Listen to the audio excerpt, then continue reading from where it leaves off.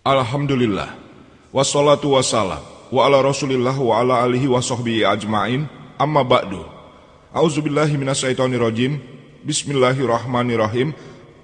Laqad kafaral lazina qalu, inna allaha huwal masihu ibna Maryam, wa qalal masihu, ya bani Israil budu rabbi wa rabbukum, innahu musyrik billah, faqad haramallahu alaihil jannah, wa mawahun nar wa ma lizolimina min ansar.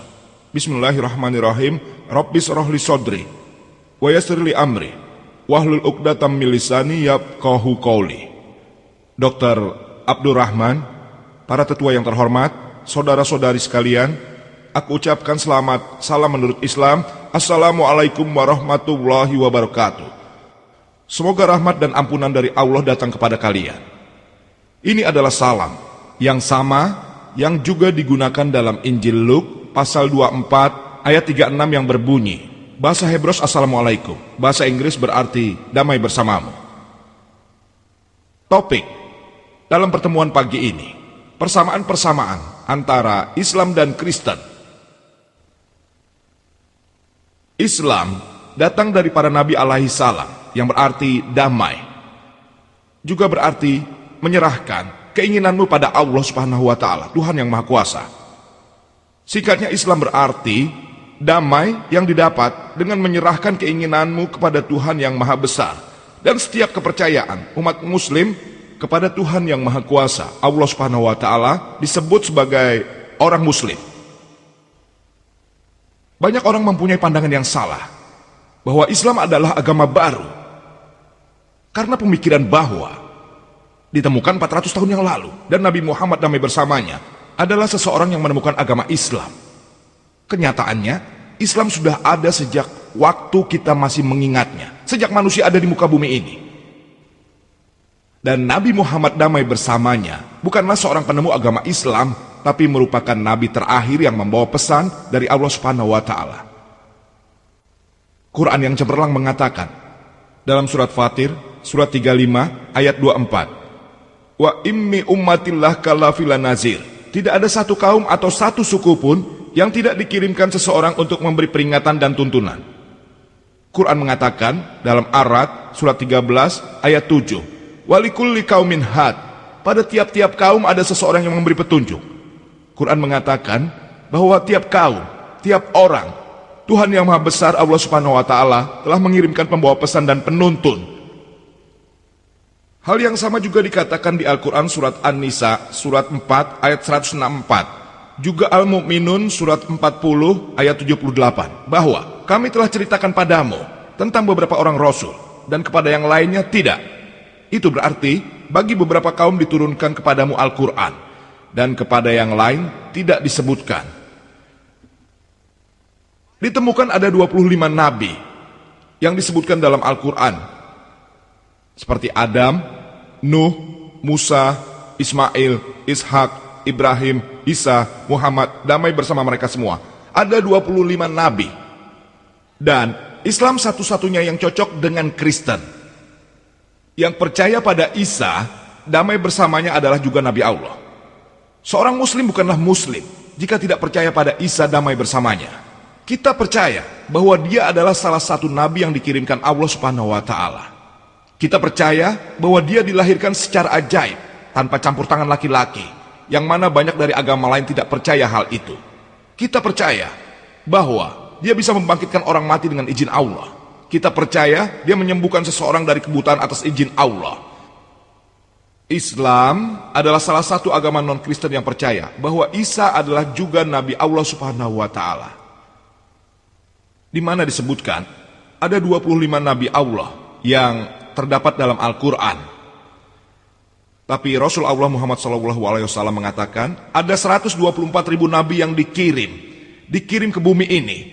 124.000 nabi yang dikirim Allah ke bumi. Tapi hanya 25 nabi yang ditulis namanya dalam Al-Quran. Tapi seluruh nabi yang datang sebelum nabi yang terakhir dan penutup, Muhammad damai bersamanya, mereka hanya dikirim untuk kalangan mereka. Dan untuk melengkapi pesan dari Tuhan adalah seseorang di periode waktu tertentu. Semua nabi yang datang sebelum Nabi Muhammad damai bersamanya, mereka hanya diperuntukkan bagi kalangan mereka sendiri dan melengkapi pesan Allah di periode waktu tertentu. Contohnya, Al-Quran mengatakan dalam Al-Imran surat 3 ayat 49 bahwa Isa ditunjuk sebagai pembawa pesan bagi kaum Bani Israel. Isa damai bersamanya hanya diperuntukkan bagi kaum Bani Israel. Pesan yang sama juga ditemukan dalam Injil, dalam Matthew bab 10 ayat 5 dan 6 yang mengatakan, Isa damai bersamanya mengatakan, di sana dikatakan jangan datangi mereka yang kafir. Siapa kaum yang kafir? Mereka yang bukan Yahudi, Hindu, Muslim. Dengan jelas dikatakan di sana, jangan datangi mereka yang kafir. Ke kota milik orang-orang baik dia tidak boleh, tapi lebih baik pergilah ke kapal besar milik Israel. Dikatakan pada Isa bahwa dia hanya boleh pergi ke Israel. Isa damai bersamanya berkata dalam Injil Matthew bab 15 ayat 24 dikatakan, aku dikirim hanya untuk kapal besar milik orang Israel. Kalian lihat Isa damai bersamanya hanya dikirim untuk orang Yahudi, hanya untuk orang-orang Israel, bukan untuk golongan lain. Di Al-Quran surat 33 Al-Ahzab ayat 40 dikatakan, makana Muhammadim aba ahadim murojalikum walaki Rasulullah wahatan nabiin wakana Allah bikulli syai'in alima. Bahwa Muhammad damai bersamanya bukanlah bapak dari seorang laki-laki di antara kamu, tapi dia adalah Rasul Allah. Dia adalah penutup para nabi. Allah Maha mengetahui segala sesuatu. Nabi Muhammad damai bersamanya adalah nabi terakhir dan nabi penutup. Dan Nabi Muhammad damai bersamanya bukanlah hanya untuk orang Islam atau orang-orang Arab. Quran mengatakan dalam surat Al-Anbiya bab 21 ayat 107 yang berbunyi, wa ma arsalnaka illa rahmatan lil alamin, bahwa tiadalah kami mengutusmu melainkan untuk menjadi rahmat bagi semesta alam, bagi seluruh dunia, sebagai rahmat bagi seluruh manusia. Quran mengatakan dalam surat Saba bab 34 ayat 28 yang berbunyi, wa ma arsalnaka illa kafatal linnas basira wa nazira, bahwa dia telah mengirimmu sebagai pembawa pesan bagi seluruh dunia, memberikan berita sebagai pemberi peringatan. Tapi kebanyakan manusia tidak mengetahuinya.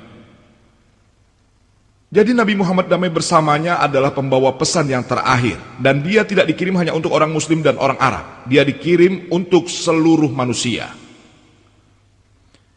Dan ramalan tentang Nabi Muhammad damai bersamanya disebutkan dalam berbagai kitab di dunia, juga dalam kitab orang Kristen. Jika Anda baca dalam buku Jonah bab 18 ayat 18 dikatakan bahwa aku akan meninggikan nabi selanjutnya dari antara mereka. Tidak seperti dirimu, aku akan letakkan kata-katamu ke dalam mulutnya. Dia akan bicara tentang kebenaran.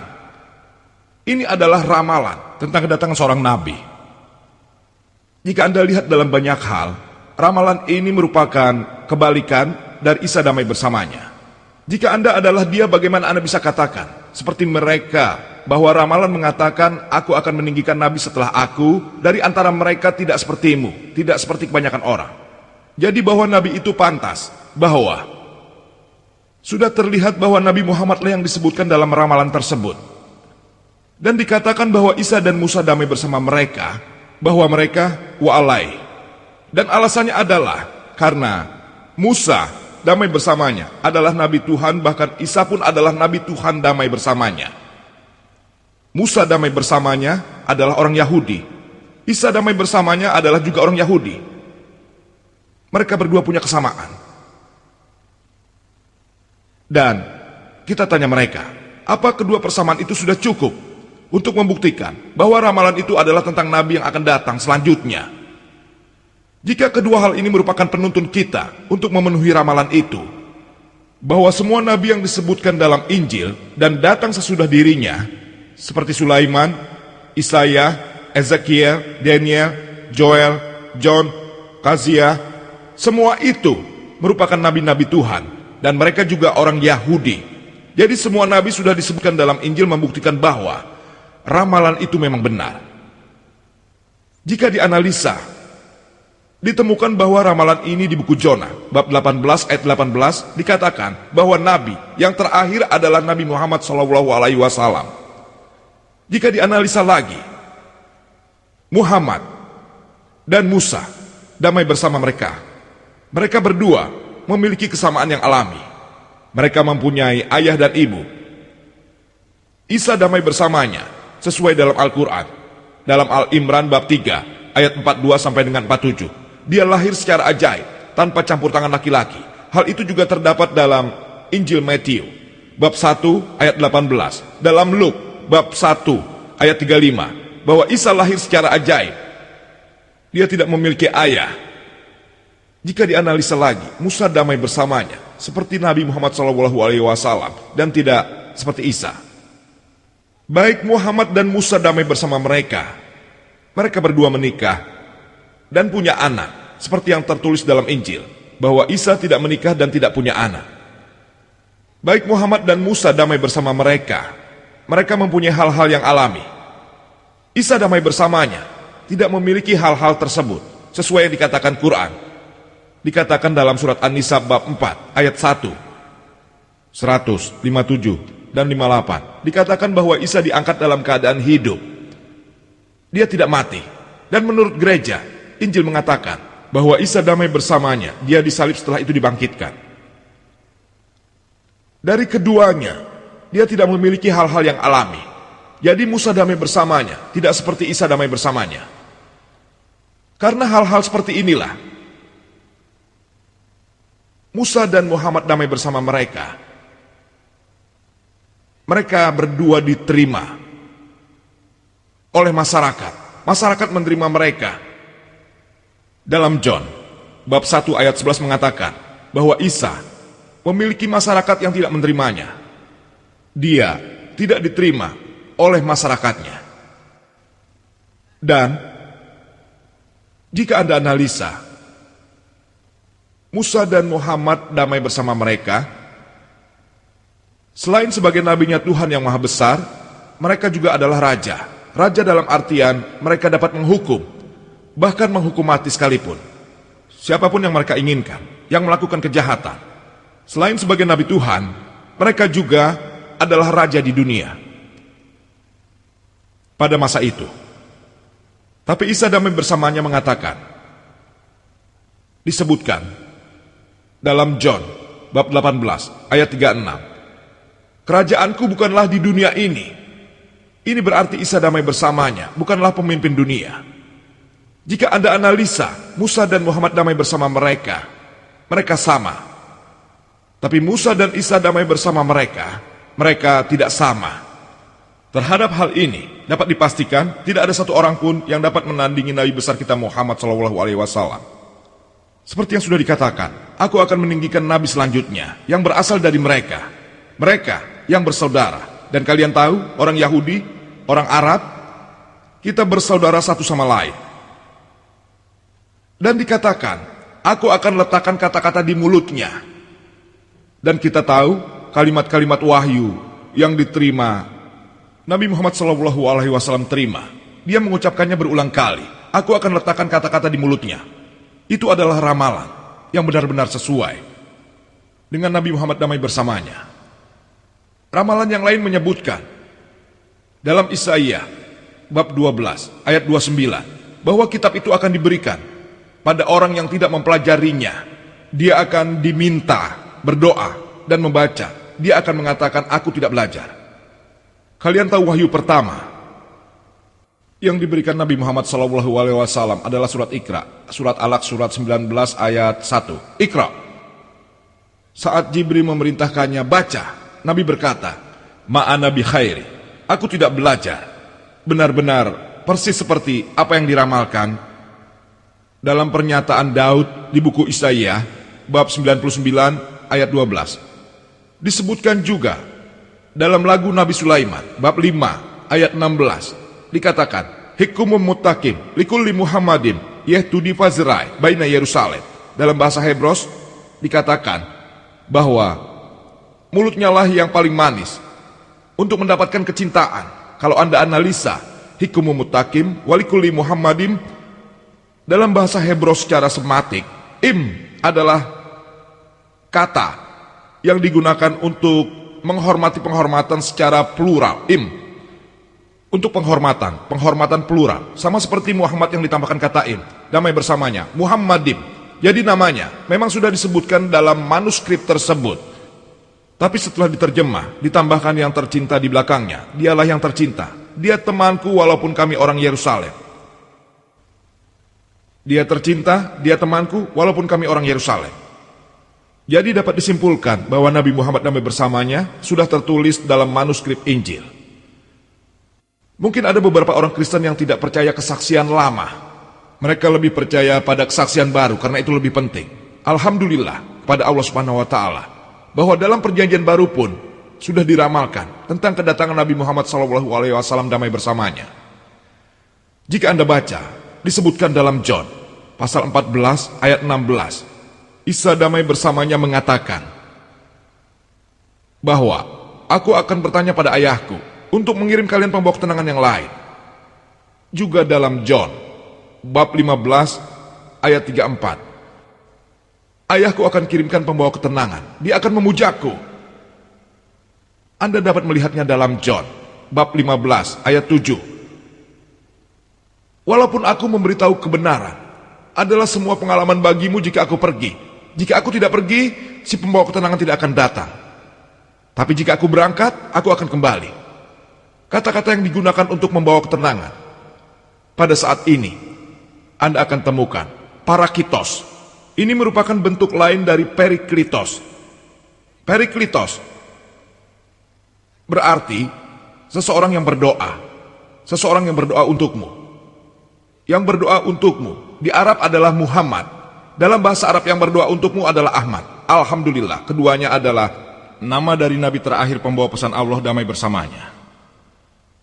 Dalam Al-Quran surat As-Sab bab 61 ayat 6, bahwa Isa damai bersamanya, anak Maryam, yang dikirim sebagai pembawa pesan bagi Bani Israel. Dia bilang, aku datang untuk membenarkan hukum yang sebelum aku, yang memberi kabar gembira tentang Rasul yang datang sesudahku, yang bernama Ahmad, damai bersamanya. Quran mengatakan bahwa dia mengatakan dengan jelas namanya, baik di dalam Quran maupun Injil. Dalam bahasa aslinya periklitos, yang berarti berdoa untukmu, atau seseorang yang berdoa, itu berasal dari paraklitos, yang sudah diterjemahkan menjadi pembawa ketenangan. Walau arti sebenarnya dari paraklitos bukan pembawa ketenangan, melainkan seseorang yang baik. Tapi mereka menghormatinya. Paraklitos atau periklitos, berdoa untukmu atau dia yang berdoa, sebagai kebaikan atau pembawa ketenangan. Alhamdulillah, semua istilah yang baik itu ditujukan kepada Nabi Muhammad, Rasul terakhir, damai bersamanya. Mungkin ada beberapa orang Kristen yang berkata, mereka melihat ramalan ini diindikasikan pada roh suci. Itu tidak ditemukan pada Nabi Muhammad damai bersamanya. Tapi dari Nabi yang lain, dikatakan, itu hanyalah sebuah pengalaman. Jika aku tidak pergi, si pembawa ketenangan tidak akan datang. Kalau aku berangkat, dia akan datang. Kriteria untuk kedatangan si pembawa ketenangan, jika Isa damai bersamanya, harus berangkat. Dan kita tahu, roh suci sudah ada sebelum Isa damai bersamanya. Dia bahkan sudah ada di sana saat jauh sebelumnya. Dia sudah ada saat Isa dibaptis damai bersamanya. Untuk memastikan bahwa si pembawa ketenangan ini yang dikatakan oleh Injil tidak mengabdi pada roh suci. Roh suci hanya ada di sana saat Isa damai bersamanya ada di sana. Disebutkan lebih jauh dalam John bab 16 ayat 12 sampai 14. Bahwa aku punya banyak hal yang kukatakan padamu, tapi tidak dapat melakukannya sekarang. Untuknya, ketidakbenaran itu datang. Dia akan menuntun pada kebenaran. Dia tidak akan berbicara sendiri. Semua yang dia dengarkan, yang akan dikatakannya. Dan dia akan bersaksi tentang aku. Dia akan mengagungkanku. Dia akan menunjukkan hal-hal yang akan terjadi. Sekali lagi, roh kebenaran yang dikatakan Injil ini adalah Nabi Muhammad, Rasul terakhir dan penutup damai bersamanya. Jika Anda baca Injil, bahkan Injil sekalipun membicarakan tentang Nabi dan Rasul terakhir Nabi Muhammad damai bersamanya. Ada beberapa wahyu yang dikirimkan pada tahun-tahun itu. Dari nama, ada 4 kitab yang disebutkan dalam Al-Quran: Taurat, Zabur, Injil, dan Al-Quran. Taurat adalah yang pertama, wahyu-wahyu yang diberikan pada Musa damai bersamanya. Zabur adalah wahyu-wahyu yang diberikan pada Nabi Daud damai bersamanya. Injil adalah wahyu-wahyu yang diberikan pada Isa damai bersamanya. Dan Quran adalah wahyu-wahyu terakhir yang diberikan pada Nabi dan Rasul terakhir, Nabi Muhammad damai bersamanya. Selain itu ada juga wahyu-wahyu yang turun di tahun-tahun sebelumnya, tapi hanya 4 saja yang disebutkan dalam Quran. Tapi semua wahyu yang datang sebelum wahyu yang terakhir Al-Quran, mereka hanya dimaksudkan untuk kelompok-kelompok tertentu, dan pesan yang lengkap hanya dimaksudkan untuk periode waktu tertentu. Tapi wahyu yang terakhir Al-Quran tidak diturunkan hanya untuk orang Muslim dan bangsa Arab. Quran mengatakan dalam surat Ibrahim bab 15 ayat 52 mengatakan bahwa inilah pesan bagi seluruh umat manusia, biarkan mereka diperingatkan olehnya, biarkan mereka tahu hanya ada satu Tuhan, dan biarkan manusia mengambil pelajarannya. Jadi wahyu terakhir Al-Quran diperuntukkan bagi seluruh manusia. Pesan ini diulang dalam Al-Baqarah bab 2 ayat 185. Ramadan adalah bulan di mana Al-Quran diturunkan sebagai petunjuk bagi umat manusia dan sebagai kriteria untuk menilai yang baik dan yang benar. Quran mengatakan dalam surat Az-Zumar bab 39 ayat 41 bahwa kami menurunkan kepadamu Nabi Muhammad damai bersamanya kitab untuk mengajarkan manusia. Tidak dikatakan untuk mengajar orang Muslim atau orang Arab, tapi untuk mengajarkan seluruh manusia. Jadi wahyu terakhir yaitu Al-Quran diturunkan untuk seluruh umat manusia. Oleh karena itu, semua wahyu yang turun sebelum Al-Quran hanya untuk manusia pada periode itu. Allah Subhanahu wa Ta'ala membuatnya tidak untuk bertahan pada bentuk aslinya. Satu-satunya kitab yang saat itu masih bertahan pada bentuk aslinya adalah Al-Quran. William Moore, kritikus yang paling keras terhadap Islam, mengatakan tidak ada satu kitab pun saat ini yang masih bertahan pada bentuk aslinya seperti Al-Quran selama 12 abad. Dia mengatakan di depan para audiens, Nabi kita tercinta Muhammad SAW berkata, dia menyebutkan dalam riwayat Bukhari wala 1 Khalid 7 dikatakan bahwa Islam didasarkan pada 5 pilar.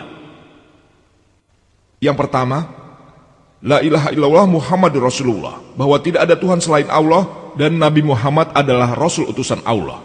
Kedua, sholat. Ketiga, zakat. Keempat, puasa, dan kelima, haji. Yang pertama, bahwa tidak ada Tuhan selain Allah dan Nabi Muhammad damai bersamanya adalah Rasul utusan Allah. Adalah konsep Allah Subhanahu wa Ta'ala, dan Al-Quran mengatakan dalam Al-Baqarah surat 2 ayat 177, tidaklah benar menghadapkan wajahmu ke timur atau ke barat, tapi suatu kebenaran. Jika kau percaya pada Allah, kau percaya pada hari kemudian, percaya pada kitab-kitab, percaya pada malaikat, dan kau percaya pada nabi, seperti yang disebutkan dalam Al-Quran. Dikatakan surat Al-Imran bab 3 ayat 64, Kul ya ahlal kitab, hai ahli kitab, pada orang Yahudi dan Kristen, ta'alau ila kalimatin sawaim bainana wa bainakum, marilah berpegang pada suatu ketetapan bagi kami dan bagimu. Ketetapan apa itu? Allah na'budu illallah, tak ada satupun yang kita sembah selain Allah. Wala nusyrika bihi syai'an, bahwa tidak ada satupun yang dapat disekutukan dengannya. Wala yattakhiza ba'duna ba'dan arbaba min dunillah, dan tidak ada pula kita jadikan sebagian di antara kita sebagai Tuhan selain Allah. Fa in tawallau, jika mereka berpaling, Fakulus hadu, maka saksikanlah bi anna muslimun, kami adalah orang-orang yang berserah diri pada Allah Subhanahu wa Ta'ala. Ayat-ayat Quran ini menunjukkan padamu bagaimana berbicara dengan para ahli kitab, baik itu Yahudi atau Kristen. Ta'alau ila kalimatin sawaim bainana wa bainakum, marilah berpegang pada satu ketetapan bagi kami dan bagimu. Apa ketetapan pertama? Allah na'budu illallah, tidak ada satupun yang kita sembah selain Allah. Dan konsep dari Tuhan yang Maha Besar dalam Islam, tentang definisinya, tertulis dalam surat Al-Ikhlas bab 112 ayat 124 dikatakan, Qul huwallahu ahad. Katakanlah, Allah itu satu. Allahus somad. Allah lah yang mutlak dan kekal. Lam yalid walam yulad, dia tidak beranak dan tidak diperanakan. Walam yakul lahu kufuwan ahad, tidak ada yang setara dengannya. Inilah 4 hal definisi dari Tuhan yang Maha Besar yang terdapat di dalam Al-Quran. Qul huwallahu ahad, katakanlah Tuhan itu satu. Allahus somad, Allah yang mutlak dan kekal. Lam yalid walam yulad, dia tidak beranak dan tidak diperanakan. Walam yakul lahu kufuwan ahad, tidak ada yang setara dengannya. Ini 4 definisi yang semua ini datang dari Tuhan yang Maha Besar. Jika ada yang kelima darinya, kita orang Muslim harus menerimanya tanpa keberatan sedikit pun bahwa dia adalah Tuhan yang Maha Besar. Quran mengatakan dalam surat An-Nisa bab 4 ayat 48 bahwa Allah Subhanahu wa Ta'ala tidak mengampuni jika kau menyekutukan Allah. Dan siapapun yang menyekutukan Allah Subhanahu wa Ta'ala, maka dia telah berbuat dosa besar. Allah akan mengampuni dosa apapun jika dia ingin. Tapi menyekutukan Allah, Allah tidak akan mengampuninya. Quran menyampaikan pesan, surat An-Nisa bab 4 ayat 116, bahwa Allah tidak akan memaafkan dosa karena telah menyekutukan dia. Hal-hal lain yang disukai, dia tidak akan memaafkan. Tapi menyekutukannya, dia tidak akan memaafkannya. Itu artinya syirik, sama dengan menyekutukan Allah Subhanahu wa Ta'ala. Ini adalah dosa yang paling besar. Dan pesan yang sama diberikan dalam Exodus, di dalam Injil bab 20 ayat 3 dan 5, bahwa tidak ada Tuhan selain aku, Tuhan yang Maha Kuasa. Bagaimana dapat diciptakan untukmu sesuatu yang lebih besar, yang lebih mirip dari sesuatu dalam surga di atas, di bawah bumi, di bawah air di dalam bumi? Bagaimana bisa? Tidak tunduk padanya, tidak melayaninya. Untukku, Tuhanmu, Rajamu, dan juga sebagai pengawalmu. Pesan yang sama diulangi dalam Deuteronomi bab 5 ayat 79. Dikatakan, bagaimana bisa ada Tuhan selain aku? Bagaimana membuat image yang luar biasa dari sesuatu, dari kemiripan, dari hal-hal yang terdapat di atas, di bawah kedalaman, dan di dalam air di kedalaman bumi. Bagaimana bisa tidak tunduk padanya, tidak melayaninya? Untukku, Tuhanmu, Rajamu, pengawalmu.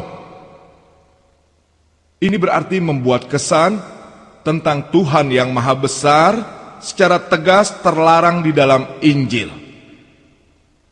Inti dari pembicaraanku, sesuai dengan ayat Al-Quran, surat Al-Maidah, bab 5, ayat 72 mengatakan, Laqad kafarol lazina qalu innallaha wal masih ibnu Maryam. Bahwa merekalah yang disebut sebagai orang-orang kafir. Mereka yang mengatakan kalau Isa damai bersamanya anak Maryam. Dia adalah Allah. Orang-orang kafir adalah mereka yang berkata bahwa Isa anak Maryam dikatakan sebagai Allah.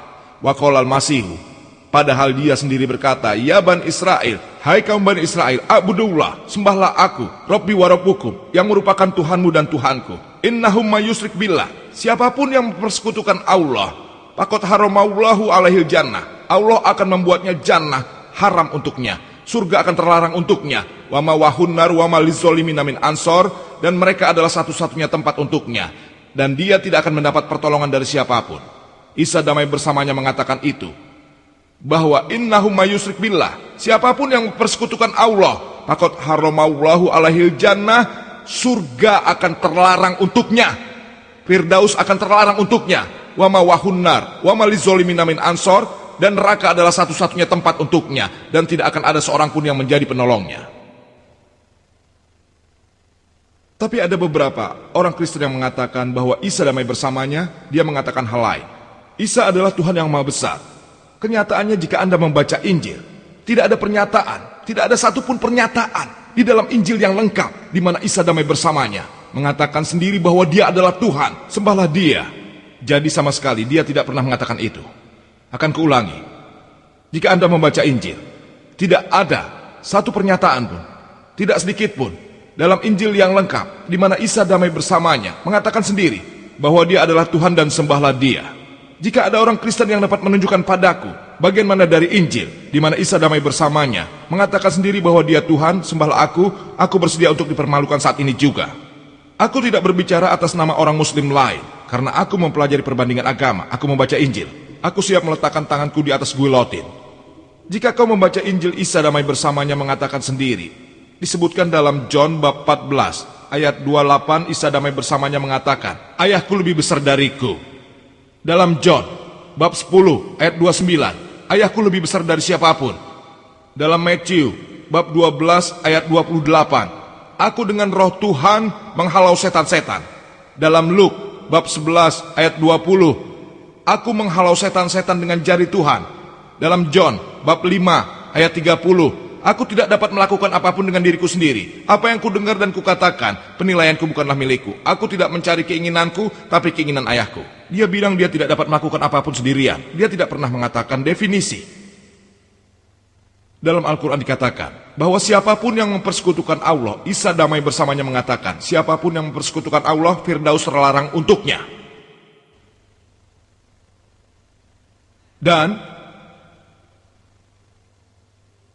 Al-Quran mengatakan dalam surat Al-Isra bab 17 ayat 110, Qulidullah awidurrahman ayam ma'tadu falahul asmaul husna. Katakanlah seru Allah atau Ar-Rahman dengan nama manapun yang kau seru. Dia memiliki nama-nama yang indah. Kau dapat menyebut Allah subhanahu wa ta'ala dengan apapun. Haruslah nama yang indah, haruslah menggambarkan kebaikan. Dan tidak lebih dari 99 kata yang diberikan kepada Allah subhanahu wa ta'ala dalam Al-Quran, seperti Ar-Rahman, Ar-Rahim, Al-Hakim, Maha Penyayang, Maha Agung, Maha Bijaksana. Tidak lebih dari 99 kata diberikan pada Allah dalam Al-Quran.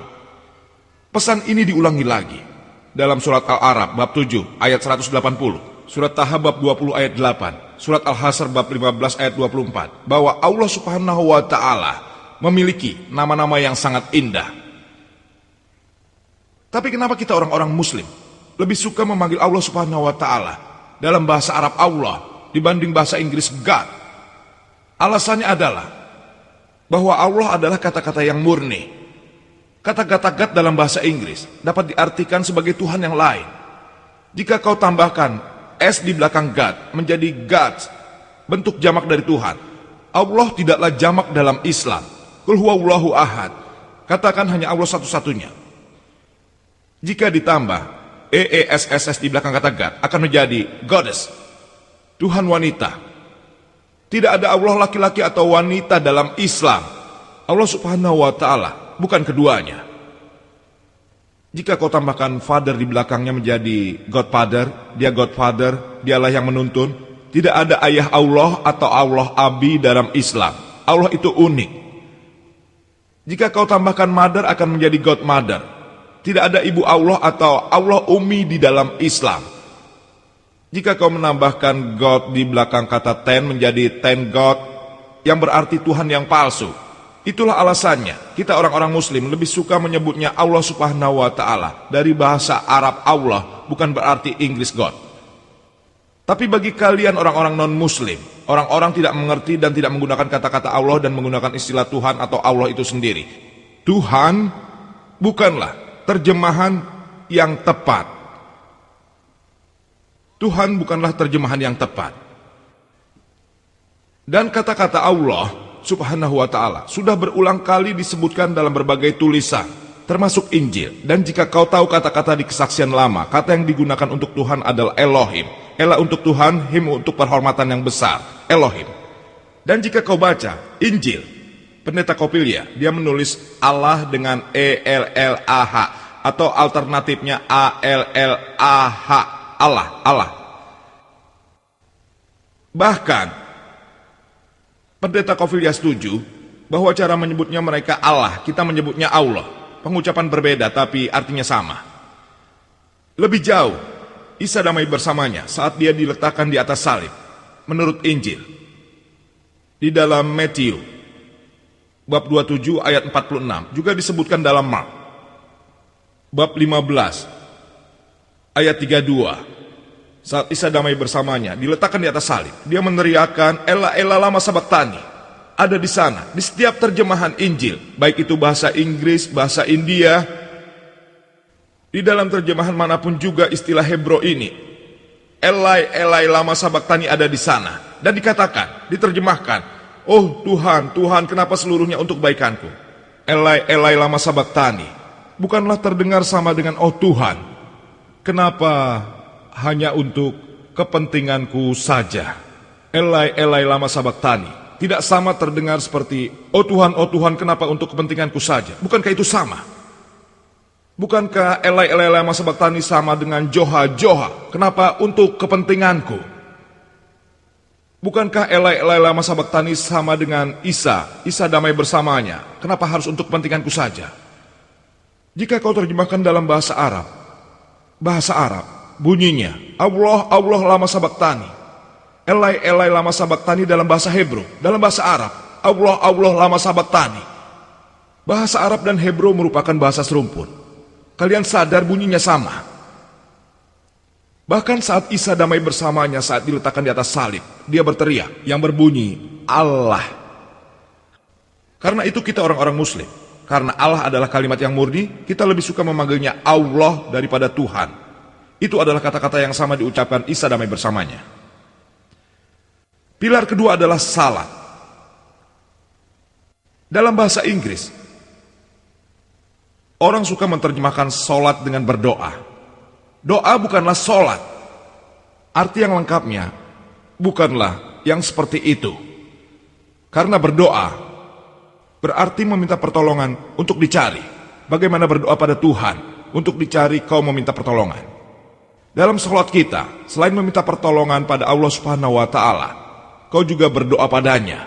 Pada saat yang sama kau menerima tuntutan darinya. Berdoa bukanlah arti keseluruhan solat. Berdoa artinya meminta pertolongan, sedangkan solat selain meminta pertolongan, kita berdoa padanya dan menerima tuntunan darinya. Jika kau bertanya padaku, akan kukatakan bahwa solat adalah pemikiran tentang program, pemikiran sebuah kondisi. Jika seseorang bertanya, akan kemana kau dengan programmu jika semua kau serahkan Tuhan? Itu sebabnya aku keberatan sebagian orang menyebutnya berdoa. Dalam bahasa Inggris berarti berdoa, untuk menjelaskan solat. Biar ku jelaskan padamu, bahwa berdoa sama sekali bukan arti sesungguhnya dari solat. Kenapa ku katakan kalau solat adalah pemikiran tentang pemrograman? Karena dia memberi tuntunan pada salat kita. Contohnya, sesudah imam, sesudah dia membaca, dikatakan dalam surat Al-Ma'idah bab 5 ayat 90 dalam Al-Quran dikatakan, Ya ayyuhallazina amanu, pada kalian yang percaya, innamal khamru wal maisaru, meminum yang beracun dan berjudi, wal anzabu wal azlamu, berkorban untuk berhala dan mengundi nasib dengan panah, rizqum min amali syaiton, adalah perbuatan setan, fastanibul alakum tuflihun, jauhilah perbuatan-perbuatan itu agar kamu beruntung. Di sini kita dituntun oleh Allah Subhanahu wa Ta'ala, Tuhan yang Maha Besar, bahwa meminum racun, berjudi, menyembah berhala, ramalan, semua itu adalah perbuatan setan. Jauhilah semua itu dan kau akan mendapat keberuntungan. Kita sudah diprogram dengan salat kita. Kita dituntun dengan salat kita. Kita dikondisikan. Kemudian dikatakan lagi dalam surat Al-Baqarah bab 2 ayat 180 bahwa habiskan hartamu untuk saudara-saudaramu. Dan jangan habiskan hartamu sedikit pun untuk para hakim, dan itu berarti kau memakan barang milik orang lain. Quran mengatakan bahwa menyuap tidak diperbolehkan dalam Islam. Kau diprogram, kau dikondisikan kalau menyuap itu terlarang dalam Islam. Quran mengatakan dalam surat Al-Ankabut bab 29 ayat 45, Utlu ma uhiya ilaika minal kitab wa aqimus shalah inna sholata tanha anil fahsya'i wal munkar. Bacalah apa yang diwahyukan kepadamu, yaitu Quran, dan dirikan sholat. Sesungguhnya sholat mencegah perbuatan keji dan munkar. Quran mengatakan bahwa sholat mencegah perbuatan keji dan munkar. Dan setiap muslim harus melaksanakan sholat minimal 5 kali sehari. Bagaimana untuk badan yang sehat? Kita harus makan minimal 3 kali sehari. Sama dengan jiwa kita membutuhkan sholat minimal 5 kali sehari. Dan Al-Quran mengatakan dalam surat Taha bab 20 ayat 11 dan 12 bahwa saat ia datang ke tempat api, ia dipanggil, "Oh Musa, sesungguhnya akulah Tuhanmu. Lepaskan kedua sepatumu, sesungguhnya kamu berada di tempat suci tua." Tuhan yang Maha Besar memerintahkan Musa untuk melepas sepatunya, menuntunnya menuju tempat suci. Pesan yang sama diberikan dalam Injil, dalam Kesaksian Lama, dalam Exodus bab 3 ayat 5 dikatakan, "Do not die hither." Lepaskan sepatumu dari kakimu menuju tempat yang dianggap sebagai tanah suci. Pesan itu diulang dalam Acts bab 7 ayat 33. Tuhan yang Maha Besar kepada Musa, "Do not die hither." Lepaskan sepatumu dari kakimu untuk tempat yang merupakan tanah suci. Merupakan perintah Allah Subhanahu wa taala pada Nabi Musa damai bersamanya, bahwa di tanah suci, tempat suci, saat kau sedang menyembahnya, lepaskan sepatumu. Nabi tercinta Muhammad damai bersamanya, dia memberikan izin dengan 4 syarat. Kau tidak boleh sholat dengan alas kaki, tapi jika kau sholat dengan memakai alas kaki, pastikan kalau keduanya benar-benar bersih. Nabi berkata, disebutkan dalam riwayat Abu Daud, Warim 1, dalam buku Salam, bab 240, hadis nomor 652, Nabi berkata, "Lakukanlah kebalikan dari yang orang Yahudi lakukan, karena mereka selalu berdoa memakai sepatu dan sandal." Disebutkan dalam Abu Daud, Rahim 1, buku Salat, bab 240, hadis 353, bahwa Su'aib ibnu El-Amar diceritakan oleh ayahnya, bahwa kakeknya berkata, bahwa aku pernah melihat Nabi sholat dengan tanpa alas kaki dan dengan sendal. Ini berarti orang muslim dapat sholat tanpa sepatu. Dan jika kau sholat mengenakan sepatu, Nabi berkata, kau harus membersihkannya untuk kebersihan orang lain, juga untuk menjaga tempat beribadah. Al-Quran mengatakan dalam surat Al-Ma'idah bab 5 ayat 6, "Ya ayyuhallazina amanu," bagi kalian yang beriman, saat kau hendak sholat, saat kau bersiap untuk sholat, basuh wajahmu dan tanganmu sampai siku, usap rambutmu dengan air, dan cuci kakimu sampai mata kaki, dengan melakukan wudhu. Sebelum kita melakukan sholat, merupakan kewajiban bagi muslim. Pesan yang sama diberikan jika kau baca Injil, disebutkan di dalam Exodus bab 40 ayat 31 dan 32, bahwa Musa dan Adam bersama anak-anak mereka mencuci tangan mereka dan kaki mereka.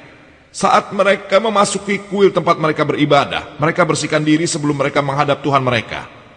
Disebutkan dalam Acts bab 21 ayat 36, bahwa Paul bersama manusia lain di hari berikutnya membersihkan diri dan menghadap pada Tuhan. Bersuci adalah persyaratannya, karena kita orang muslim, kita orang-orang yang bersih. Kita ingin bersih. Dan selain itu, merupakan persiapan mental. Persiapan mental seperti sedang ujian akhir. Persiapan mental sebelum kau menghadap Tuhan. Jika orang-orang Kristen adalah mereka yang mengikuti Isa damai bersamanya, jika orang-orang Kristen, mereka yang mengikuti Isa damai bersamanya, maka kita orang-orang muslim lebih Kristen daripada orang Kristen yang sebenarnya. Karena kita mengikuti apa kata Injil.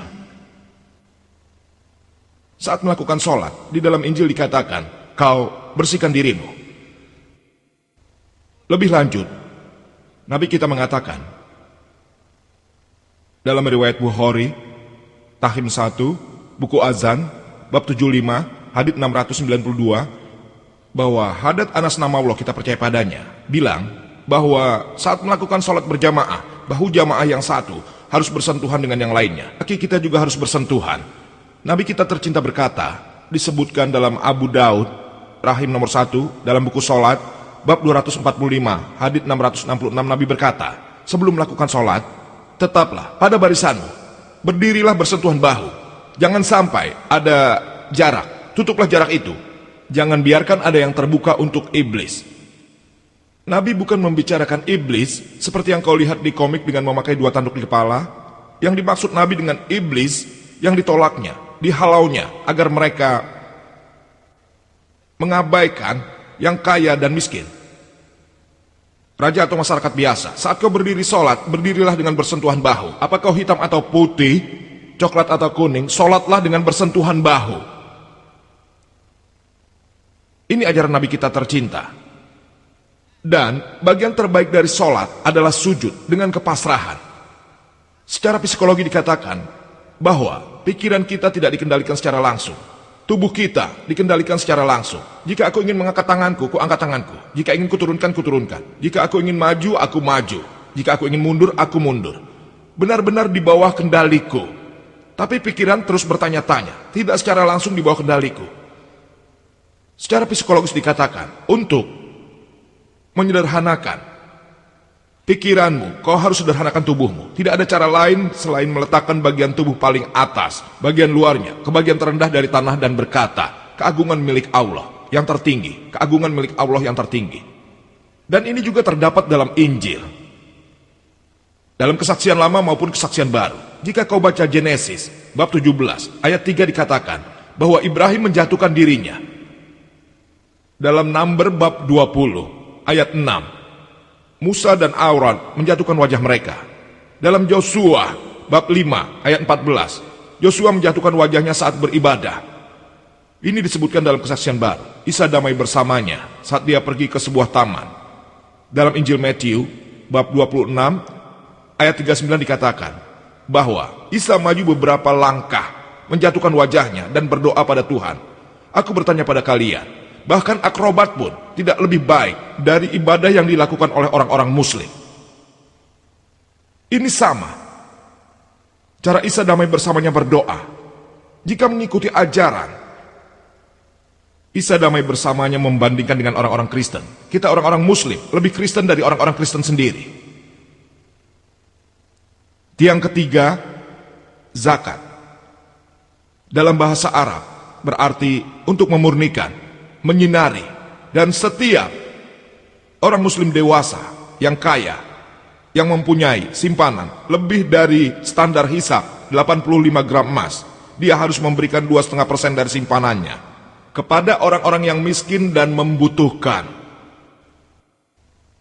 Dan orang-orang yang pantas mendapatkan zakat ini tertulis dalam surat At-Taubah bab 9 ayat 60 dikatakan zakat diberikan pada fukara wal masakin, pada yang membutuhkan, pada amilun, mereka yang mengumpulkan zakat, pada mu'alafati qulub, yang dibujuk hatinya untuk datang pada Islam, pada gharimun, yang berhutang, pada rikob, pada mereka yang menjadi budak, yang membebaskan budak. Dapat diberikan pada ibnu sabil, mereka yang sedang dalam perjalanan, seseorang yang berada di tempat yang asing, atau fisabilillah, orang-orang di jalan Allah. Jika setiap orang kaya di dunia ini mengeluarkan zakat, tidak akan ada kemiskinan di dunia ini, dan tidak akan ada seorang pun yang akan mati kelaparan. Jika kau membaca pesan yang sama dalam Injil, dalam Peter yang 1, bab 4, ayat 80 mengatakan, bahwa berikanlah sumbangan, karena sumbangan menghilangkan banyak dosa-dosamu. Berikanlah sumbangan, karena sumbangan menghilangkan banyak dosa-dosamu. Al-Quran mengatakan dalam surat Al-Hasr bab 59 ayat 7, dituliskan alasan mengeluarkan zakat dan mencegah harta itu hanya berputar-putar di orang-orang kaya saja. Quran mengatakan dalam surat At-Taubah bab 19 ayat 34 bahwa ada orang-orang yang mengubur emas dan perak dan tidak menggunakannya di jalan Allah Subhanahu wa Ta'ala. Sekarang bagi mereka diberikan peringatan bahwa api neraka dibuat dari kekayaan. Api neraka, dengan itulah mereka dinilai dan dihakimi. Pada bagian dahi, punggung, dan pada bagian pinggul, Allah mengatakan pada mereka, jika kau mengubur hartamu, maka rasakan akibat mengubur hartamu. Menimbun harta dilarang dalam Al-Quran. Tiang yang keempat adalah berhaji, naik haji. Setiap orang muslim dewasa yang mempunyai kemampuan ekonomi untuk melakukannya wajib melaksanakan haji setidaknya 1 kali seumur hidup di kota Mekah. Selama berhaji, ia ke Mina, Al-Welas, Arafah dan lainnya. Dan itu adalah acara tahunan terbesar. Lebih dari 2,5 juta orang berkumpul dari berbagai tempat di dunia. Dari Amerika, dari Inggris, dari Singapura, Malaysia, dari India, Pakistan. Dari berbagai tempat di dunia berkumpul. Dan pakaian yang mereka kenakan hanya 2 lembar kain yang tidak dijahit sebagai pakaian mereka. Kau tidak dapat mengetahui siapa yang ada di sebelahmu, raja atau orang biasa. Ini adalah contoh terbaik untuk kekeluargaan secara universal. Dan Al-Quran mengatakan dalam surat Al-Hujurat bab 49 ayat 13, Ya ayuhan nasu inna khalaqnakum min zakari wa unsa wa ja'alnakum syu'uban wa qabaila lita'arafu in akramakum indallahi atqakum innallaha alimun khabir. Hai manusia, kami menciptakanmu sepasang, laki-laki dan perempuan, dan menjadikanmu berbangsa-bangsa dan bersuku-suku, supaya kamu saling mengenal satu sama lain, bukan untuk saling membenci. Dan yang paling terhormat di samping Allah Subhanahu wa Ta'ala adalah orang yang bertakwa. Kriteria untuk menilai orang menurut Allah Subhanahu wa Ta'ala bukan jenis kelamin, kekayaan, warna kulit, bukan yang lain, tapi takwa, kesadaran bertuhan, kebenarannya. Itu yang dinilai. Yang kelima, puasa. Berpuasa di bulan Ramadan. Setiap muslim dewasa tidak boleh makan dan minum, melakukan seks dari matahari terbit sampai terbenam selama sebulan penuh saat Ramadan. Setiap tahunnya. Dan Quran mengatakan dalam surat Al-Baqarah, bab 2, ayat 183, diwajibkan atas kamu berpuasa, dan juga orang-orang sebelum kamu, sehingga kau dapat belajar menghargai diri sendiri. Jadi puasa yang dimaksudkan untuk mengendalikan hawa nafsumu, menghargai diri. Seperti yang dikatakan ilmu psikologi, jika kau bisa menahan laparmu, kau dapat kendalikan semua nafsumu. Dan pesan yang sama diberikan di dalam Injil Matius, bab 17, ayat 21, dan Mark, bab 9, ayat 29. Dan manusia disuruh untuk menahan nafsunya. Dan di bulan Ramadan, berpuasa membantumu untuk memperbaiki tubuhmu. Sesuatu yang normal dilakukan untuk kehidupan selama 1 tahun. Kau mencoba menghindari hal-hal yang salah, dan itu berarti bagian dari kehidupan. Hal-hal baik yang tidak kau lakukan selama 1 tahun, selama Ramadan ingin kau lakukan, itu yang menjadikannya bagian dari hidup. Jika kita tidak dapat merokok dari matahari terbit sampai terbenam, kita juga dapat tidak merokok sampai akhir hidup kita. Jika kita bisa menahannya dari matahari terbit sampai terbenam, kita juga dapat melakukannya sampai akhir hidup kita. Jika hal itu sudah dilakukan, berpuasa dapat meningkatkan kualitas kehidupan. Kesemuanya adalah 5 tiang Islam. Tapi 5 tiang ini belumlah melengkapi Islam. Nabi kita tercinta mengatakan 5 hal ini, 5 tiang ini. Dan kitab manapun akan mengatakan padamu, jika kelima tiang tersebut kuat, maka bangunannya akan kuat. Jadi jika setiap manusia mengikuti kelima tiang ini secara benar, maka insya Allah prinsip hidupnya juga akan kuat. Al-Quran mengatakan dalam surat Az-Zariyat, bab 51, ayat 56, Wa ma khalaqtul jinna wal insa illa liya'budun. Aku tidak menciptakan jin dan manusia, melainkan supaya mereka menyembahku. Ini berarti jin dan manusia diciptakan Allah Subhanahu wa Ta'ala untuk menyembahnya. Dalam bahasa Arab digunakan kata ezebala, berasal dari akar kata ab. Dalam bahasa Arab, ab berarti budak Allah Subhanahu wa Ta'ala, dan berarti kemenangan jiwa. Jadi ibadah dilakukan seseorang untuk melayaninya, yang mematuhi tuannya. Siapapun yang melakukan perintah Allah Subhanahu wa Ta'ala disebut ibadah. Salat adalah bentuk ibadah, bahkan bentuk tertinggi ibadah, tapi bukanlah satu-satunya bentuk. Mengikuti perintah Allah Subhanahu wa Ta'ala juga ibadah. Contohnya, mengatur hal-hal tentang makanan, seperti yang dikatakan Allah Subhanahu wa Ta'ala secara pribadi dan kau melakukannya. Al-Quran mengatakannya dalam surat Al-Ma'idah bab 5 ayat 90 bahwa Ya ayyuhallazina amanu, hai orang-orang beriman, innamal khamru wa maisiru, sesungguhnya meminum khamar dan berjudi, wal ansabu wal azlamu, menyembah berhala mengundi dengan panah, ristum min amri syaiton, adalah termasuk perbuatan setan. Fastanibul alakum tuplihun, jauhilah perbuatan itu agar mendapat keuntungan. Jadi jika kita menghindari racun, judi, memuja berhala, ramalan, kau sedang beribadah. Jika kau membaca Injil, disebutkan dalam Proverb bab 20 ayat 1 dikatakan, anggur adalah hammer. Dalam Efisiensi bab 5 ayat 18, janganlah kau meminum anggur. Jadi Injil mengatakan agar kau tidak meminum racun. Tentang makanan ini Quran mengatakan tidak kurang dari 4 surat yang mengatur hal ini. Surat Al-Baqarah bab 2 ayat 173, surat Al-Ma'idah bab 5 ayat 3, surat An-Nam bab 6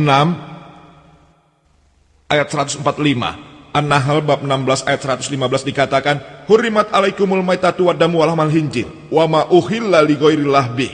Kata Allah, diharamkan untukmu bangkai, darah, daging babi dan makanan apapun yang disembelih selain dengan nama Allah. Keempat makanan ini dilarang di dalam Al-Quran. Bangkai, darah, daging babi dan makanan apapun yang disembelih selain dengan nama Allah. Jika kau baca Injil, pesan yang sama juga disampaikan. Jika kau baca Injil, disebutkan dalam buku Lektius, bab 17 ayat 15, buku Deuteronomi, bab 14 ayat 21, kau tidak boleh memakan daging dari binatang yang mati sendiri. Kau tidak boleh memakan apapun yang mati sendiri. Berarti bangkai itu dilarang. Ini disebabkan karena ada beberapa penyakit yang dapat disebabkan oleh bangkai. Bisa karena dimakan, bersentuhan, atau